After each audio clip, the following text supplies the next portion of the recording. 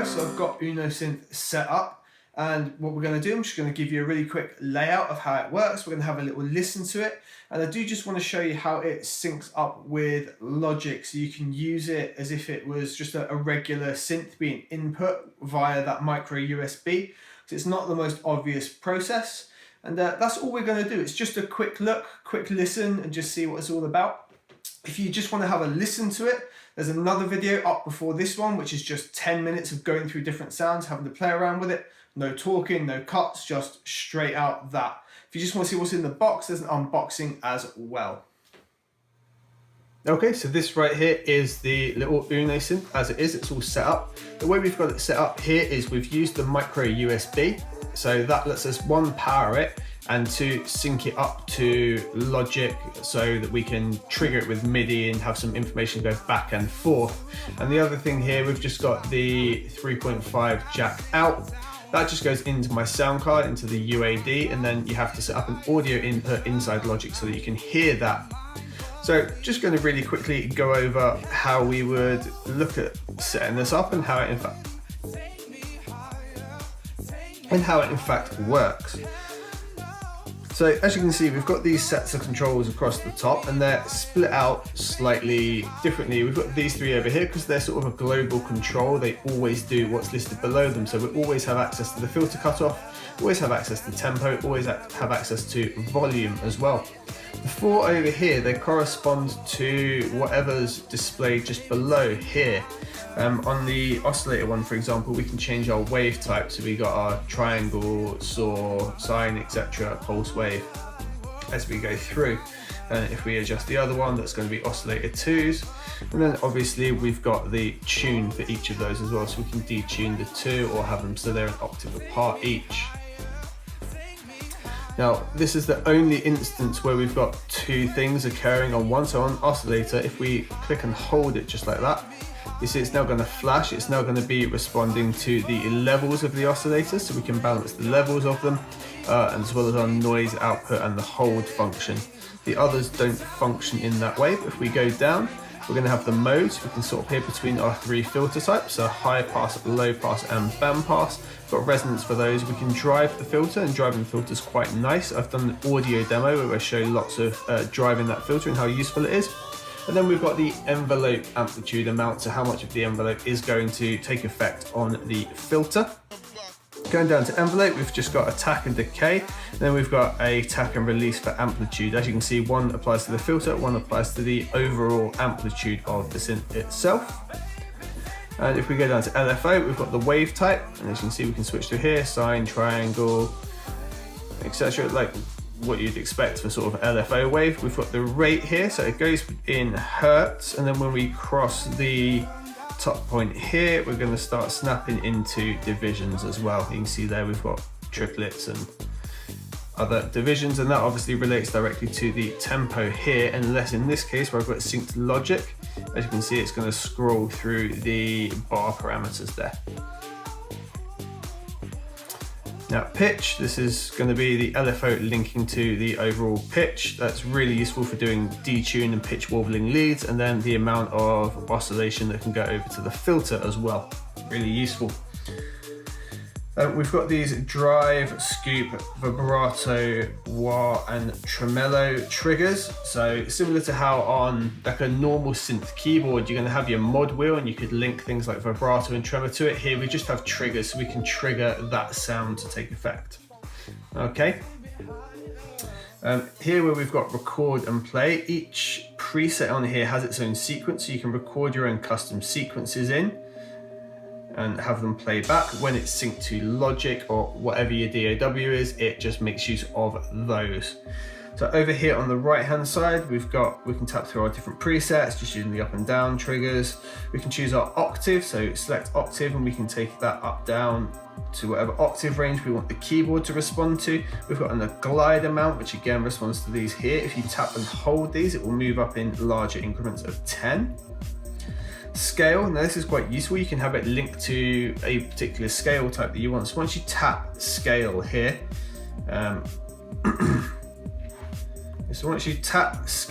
you can actually choose what you want it to scale to. And what we'll do is we'll just quickly unsync it here from USB.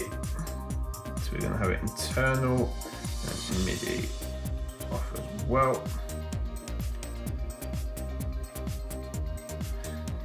Fab. So you see here, we can now have it, so it's going between major and minor, and then it goes into numbers as well. I'll put a sheet up on the screen explaining what the other numbers are. But once you've chosen this and you've chosen a set key, for example, we go off of scale. These top sharps no longer work, and it will just be a chromatic scale across the bottom, so you can't play any incorrect notes. Really useful if you're going to be using this live.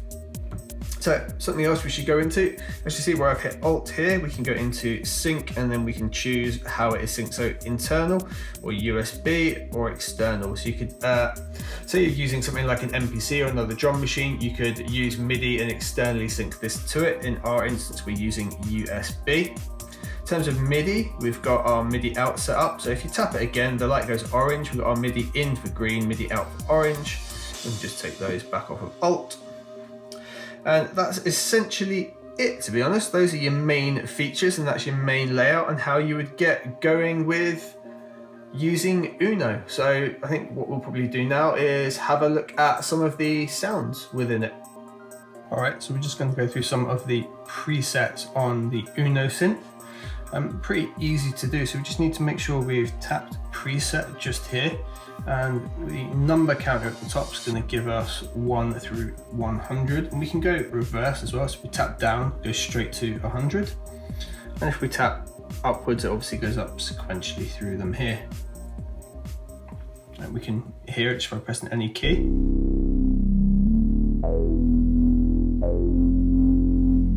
I think what we'll do, we'll put the sequencer on, and each patch comes with its own sequence, and we'll just have a listen through some of the sounds.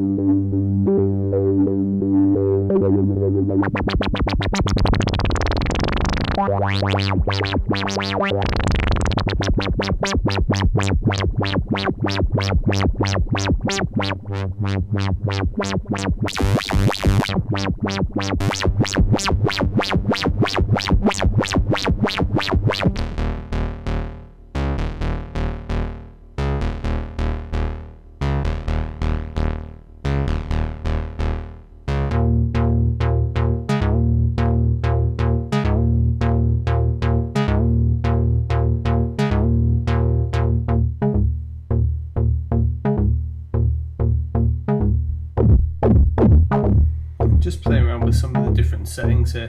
So whatever we've got going on the left corresponds to the grid here, and the 4 knobs at the top will change just to do that. So if we go on filter, we'll change the filter type.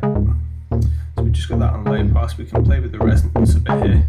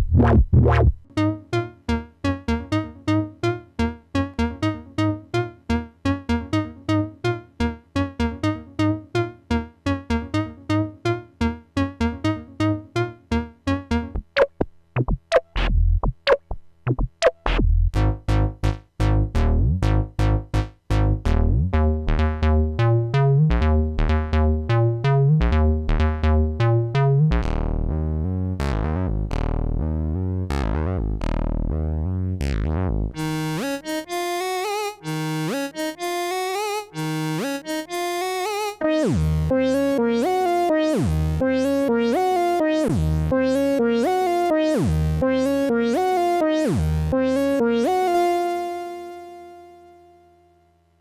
me show you how we can use our DAW to control Uno Synth and sort of vice versa. So in Logic, we can just have a blank session open, and then on Uno Synth itself, we need to set up some specific parameters for that. So far, let's just make sure we can hear it. So we've got an audio channel, and we're monitoring that input so we can hear it. That's cool, we needed it to work that way. Now, if we hit the Alt button here, you can see we've got MIDI, and we're currently on MIDI channel 1. Now, if you tap MIDI again, it goes orange. These are the alternating in and out. So you can see in this case, we're both MIDI 1 for in and out. Now, in terms of the sync, we need to go into sync. It's currently synced internal, but ideally we'd have it synced USB. So we can put that on USB like this, just by tapping the up or down arrow till we get USB at the top. Now, in Logic itself, we need to create a specific type of track. We're going to click on the little plus up here, we do external MIDI, and it detects Uno Synth, and you'll see that we've got output, and we're going to do Uno Synth 1. It's referring to the MIDI channels here, which is why we've got 16, and you've just seen we've set our in and outs to 1. So we're going to create those, and job done. So now, when we've got our piano roll up here, if we just create a loop real quick, this will now trigger Uno Synth, and as you can see, it's actually taken our audio out and applied it to this channel for us. Alright guys, I hope that was helpful. I hope you now have a better idea of how you can sync it up, how the layout works. The real idea of it being this little mobile synth, which is why it's got so few controls and you have to change a lot of things. For me, the biggest downside here is that you can't do multiple things at once. You have to choose something, so you can't, like, I don't know, tweak the pitch and the resonance at the same time, for example. Like, it just can't be done. That's a shame for me, but again, look at it, it's a little $200 compact synth that you can run on batteries. It's amazing for that. I hope the video was helpful for you guys. Got any questions, throw them in the comments down below, and I will see you on the next video.